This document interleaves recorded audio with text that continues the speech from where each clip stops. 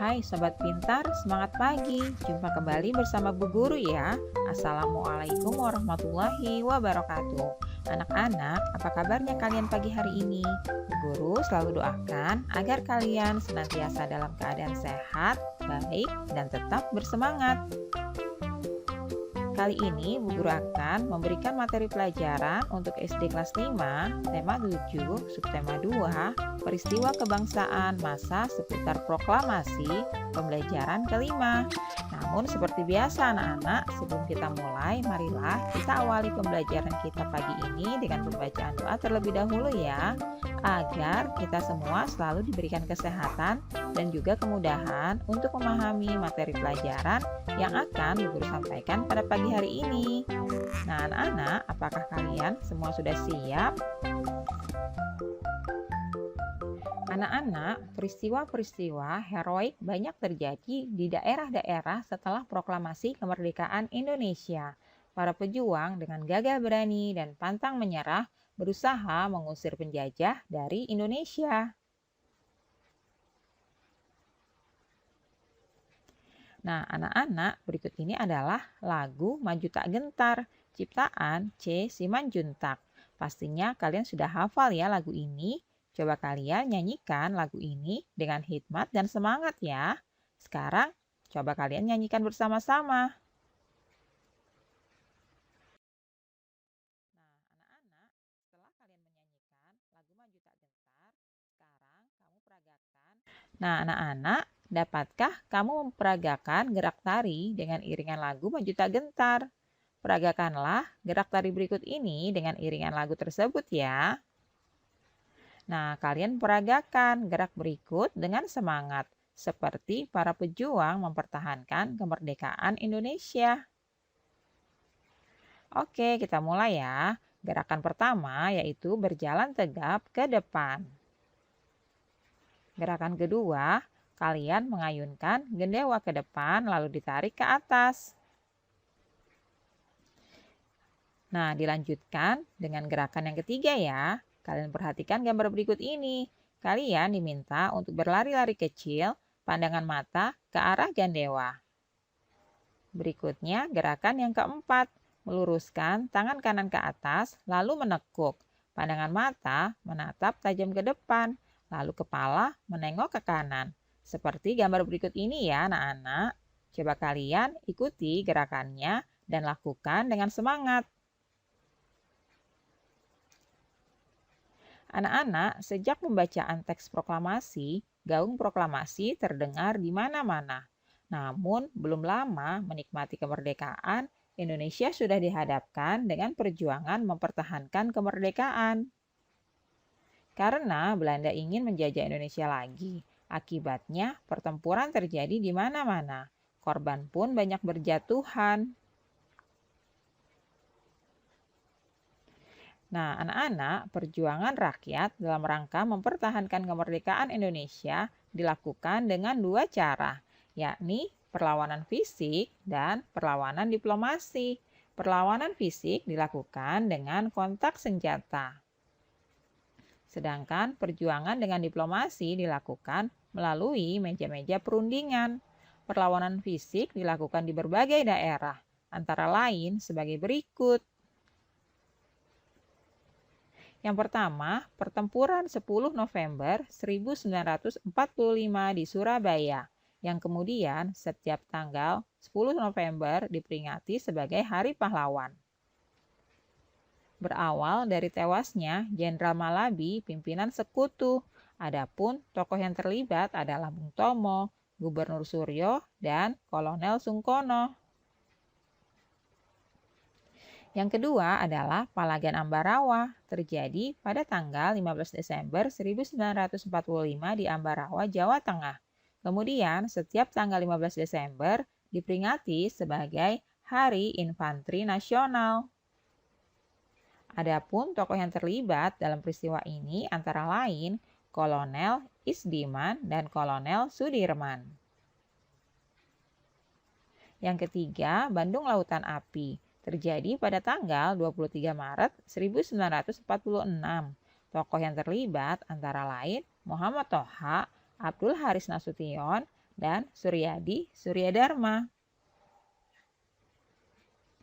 Yang keempat, Medan Area. Terjadi pada tanggal 10 Desember 1945 karena orang-orang Belanda menginjak-injak bendera merah putih.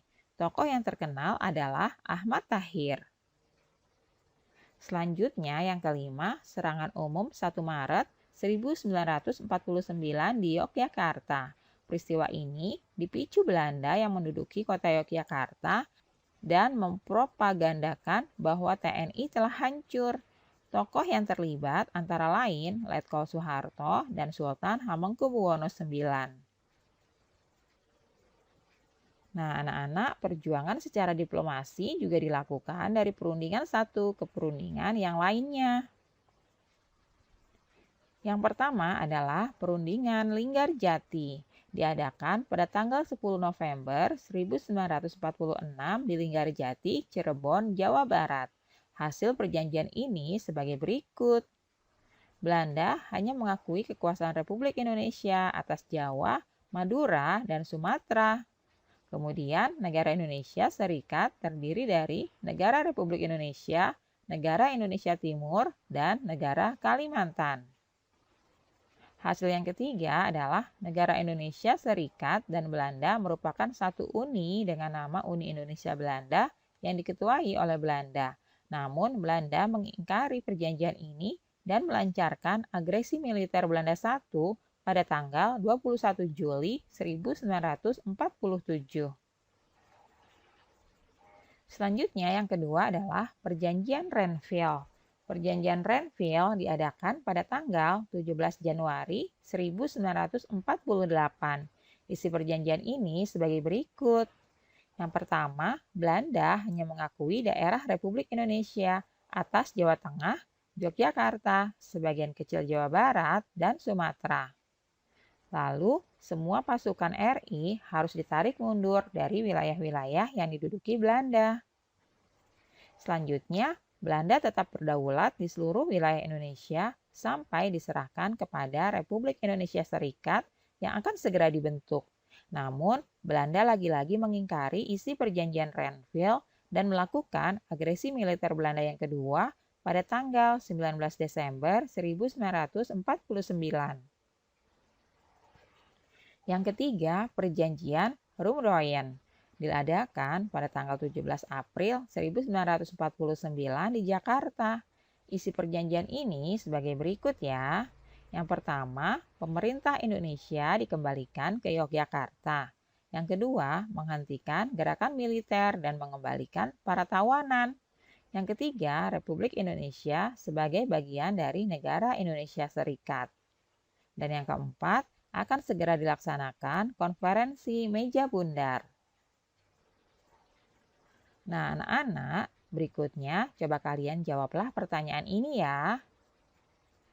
Yang pertama, mengapa bangsa Indonesia masih harus berjuang lagi mempertahankan kemerdekaannya? Ya, karena Belanda ingin menjajah kembali bangsa Indonesia, sehingga kita, bangsa Indonesia, berjuang kembali untuk mempertahankan kemerdekaan. Yang kedua, apa yang dimaksud perjuangan fisik dan diplomasi? Nah, seperti yang tadi sudah dijelaskan, bahwa perjuangan fisik adalah perjuangan dengan melakukan kontak senjata, sedangkan perjuangan diplomasi itu dengan melakukan perundingan. Lalu yang ketiga, apa yang melatar belakangi peristiwa pertempuran 10 November di Surabaya? Ya, benar sekali, berawal dari tewasnya Jenderal Malabi, yaitu jenderal dari Sekutu. Nah, berikutnya pertanyaan yang keempat, apa isi perjanjian Romroyen? Nah, kalian bisa lihat ya dari penjelasan Bu Guru yang tadi sudah disampaikan. Lalu yang kelima, apa yang dimaksud agresi militer Belanda dan kapan terjadinya? Nah, kalian bisa tuliskan jawaban dan pertanyaannya di buku latihan kalian masing-masing ya, sesuai dengan penjelasan yang tadi sudah disampaikan oleh Bu Guru. Alhamdulillah anak-anak, pembelajaran hari ini sudah selesai. Terima kasih ya sudah menyaksikan video pembelajaran pada pagi hari ini. Sampai jumpa lagi pada video pembelajaran selanjutnya ya. Semoga bermanfaat untuk kalian semua. Salam sehat dan tetap semangat ya. Wassalamualaikum warahmatullahi wabarakatuh.